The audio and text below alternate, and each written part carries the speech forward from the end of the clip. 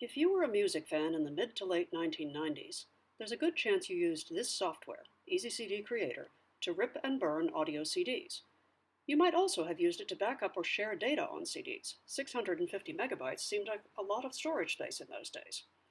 EasyCD was the best-selling CD recording software ever, worldwide.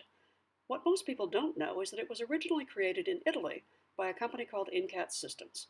The founder, Fabrizio Caffarelli, moved the company to Silicon Valley in 1993 and sold it 18 months later to a company called Adaptec for $48 million, which was a pretty damn good exit at the time. How do I know all this? I worked for Fabrizio, initially as a freelancer to write a manual for some other software he was developing. Then we wrote a book together called Publish Yourself on CD-ROM to help introduce and explain CD recording technology to everyone. The book came out in early 1993 and may have been the first book published together with a CD, which contained a hypertext version of the book and a trial version of EasyCD. By the time that was done, Fabrizio had hired me full-time, and I went on to write software manuals for many versions of EasyCD, as well as various ancillary software that we created. One of these was CD Spin Doctor, which you could use to clean up music that you had digitized from old vinyl records or cassette tapes. But mostly people used our software to copy audio CDs, or to burn onto CD music that they had downloaded from Napster or LimeWire. Before the advent of MP3 players such as the iPod, an audio CD was the only way you could play back downloaded music anywhere other than your computer.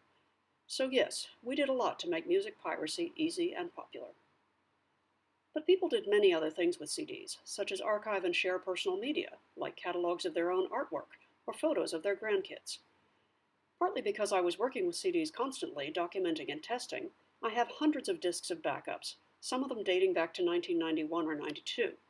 Perhaps not surprisingly, the earliest ones, which cost about $20 a piece, have survived better than the later cheap ones, and I'm still able to retrieve data from them when I can find a CD-ROM drive to use.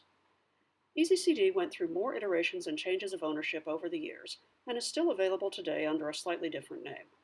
I was involved with it in various capacities from 1992 to 2001, surviving 2 of the ownership transitions and other fun times before I fell victim to the dot-com crash. But that's another story.